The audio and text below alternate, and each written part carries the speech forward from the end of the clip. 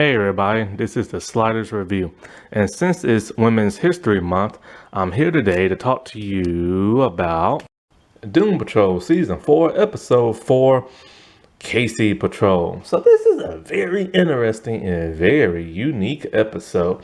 It's the only episode in Doom Patrol history to not feature the main cast. Who does it feature? Dorothy, one of my favorite characters, and I can't really pronounce her name. Um, Mara Lee, remember the drag queen from season 1, the black dude? She reappears and everything, and she was a pretty cool character too when she was first introduced. Her second appearance, just like whatever. But in this episode, she's pretty cool and everything, still kicking butt. And so like, I was very shocked when I saw the trailer a long time ago. I'm all like, this looks like it's going to be a solo Dorothy episode. And it was. I'm all like, well, what exactly is the purpose of that? Is it going to be like a spin-off or something? No, it fits into the rest of the narrative of this season, but you don't find out until the very end. Now, I reviewed the first episode of this season. There's only 12, and after the 6th, the rest will come out next year.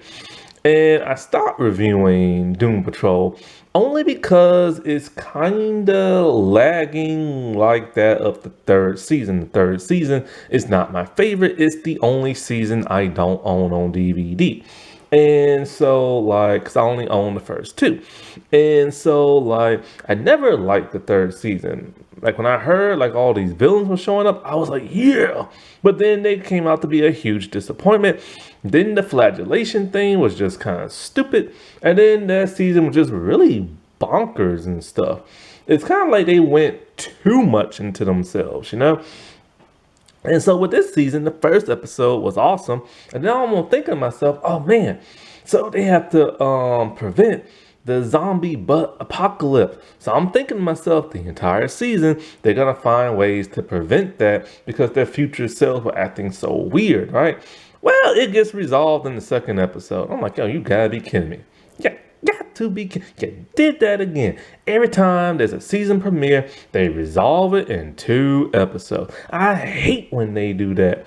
And so, yeah, the zombie butt apocalypse had been prevented in a very bizarre kind of way that was just kind of stupid. And so, like, then after that, Vic is dealing with, his friends from the past and how after he became Cyborg and a hero, he just kind of abandoned them. So it was kind of like an emotional episode for that. Then Rita had her emotional episode. So the only two who needs another emotional episode is Jane and that of Cliff. And so Madame Rouge also probably needs her solo episode, but she hasn't really gotten one either. And so, like, the big main villain is somebody named Immortus. They keep saying Immortus is coming, he is coming. And it's General Immortus from the comic. I have no idea what this dude's about. Even after I read up on him, I still don't know what he's about. I hope they make him interesting and not as lame as the villains from last season.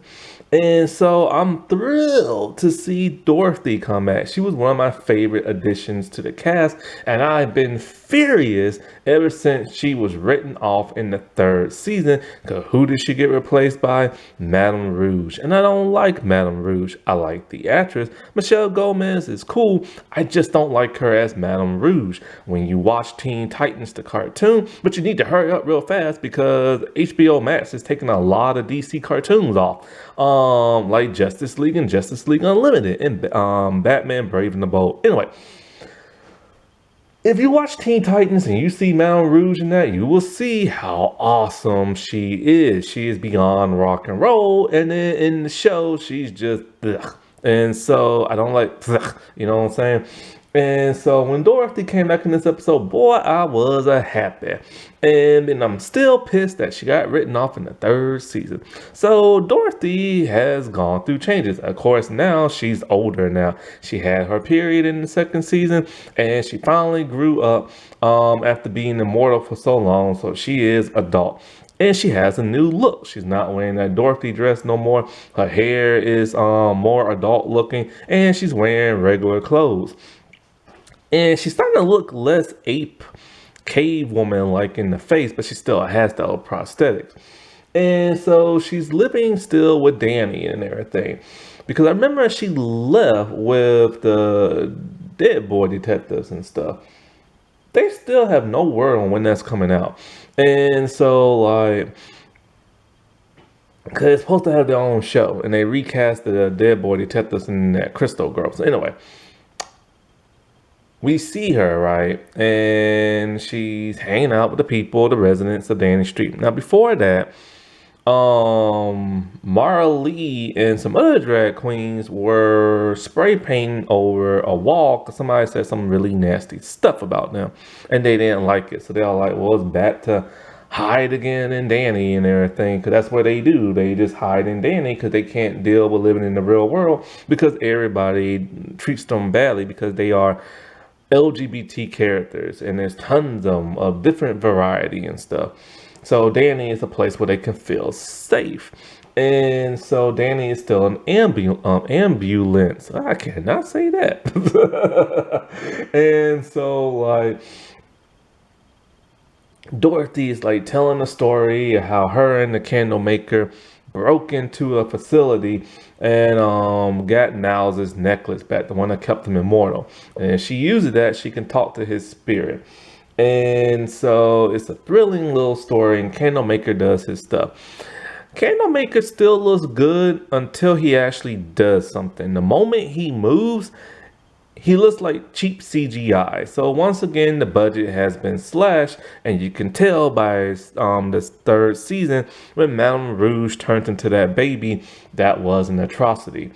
So after telling that story, Dorothy is in a funky little mood, but nobody knows why. Danny's worried about her and Mara's worried. So she just retreats in her trailer and she's just in the mood reading her comics.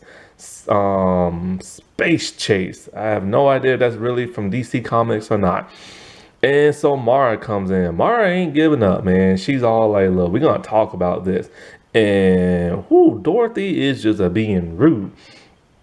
Then all of a sudden, the people of Danny are getting attacked by little robotic like flying bugs that's like zapping them or stinging them, and they pass out. And so all of a sudden the lights go out in Danny in the little trailer thing. Lee or Mara Lee like goes to investigate and realizes something. Some of their people have now robotic faces and stuff, and they start attacking. So they run into a trailer and they're scared. So it's kind of like, whoa, what exactly is going on? Now, before all this, we got to see the events of like the comic and the big bad guy and the superhero. Well, when Dorothy checks out the robot people, she realizes it's the people from the comic. So she takes the comic and she looks at it really hard. And all of a sudden, she appears. The Space Chase lady, Casey, that's her real name, so I'll just call her Casey. And Casey thinks she's a real person, but she's not. She's from a comic. And Dorothy has no idea how she did this because she's never really brought nobody to life from a comic. So this must be like a new power of hers. So she's really excited. And plus, this is her hero. And so, like, her hero fights her main villain, which is her father, Termamex or some crap like that. And so, like, she's defeated him 143 times, and she'll defeat him again. And so she misses her father. He used to be human, then he like turned into some type of blue alien looking thing, and now he terrorizes folks. And so when she goes to fight him, she hesitates because before she fights them, Mara tells her that, you know, you ain't real, you're a comic character, and you can come alive in the comics over and over, but in the real world, when you die, you go splat and everything. And so when she fights her father, she hesitates because she realizes, he's not going to come back that 144 times. So this pisses off Dorothy. Dorothy's all like, what's wrong with you? You never hesitate. You always fight your father, blah, blah, blah, blah, blah. Dorothy is in a really odd, bizarre mood, and nobody knows why. I like this because it gives another layer to her character development because we've never seen her this moody before. but she's acting more like a teenager than anything else. Because before she used to act like a child when she got grumpy and stuff. And so, Casey tells her, like, my dad ain't gonna come alive if I kill him this time. And so her father, he wants the necklace. And I'm thinking, well, hold up. How does a comic book character know about that necklace? But of course, Dorothy ain't gonna give it up. But this is weird, because if she's from the comic and he's from the comic, how in the world does he know about the necklace? So it turns out that after a heart-to-heart, Casey and Dorothy share, Dorothy tells the truth. Her and Candlemaker never went on that adventure to get the necklace. Instead, the dead boy detectives got it, and she's never used that crystal to resurrect her father's dead spirit to talk to him. She's too afraid and everything, because she feels she'll get too emotional and she can't handle it. So she just keeps the memories she has of him, but she doesn't want to hear any more new memories that make her go boo-hoo and everything. And that's so sad, you know what I'm saying? Because it's kind of like she wants to talk to her father. She wants to get to know him and she wants to hear all his adventures, but she's too terrified because she's afraid of just getting upset, emotional, and crying. And so the villain dude, he's sad too because he just wants to be with his daughter, but he also wants that necklace. So he turns the Candlemaker and Danny into two little red blocks. And he's like, look, I'll give your people back, but you give me that necklace. And so Casey really doesn't do much after that. And Mar, talks to a boy who wanted to help out because he doesn't like when his friends makes fun of them because they got made fun of by some people and stuff.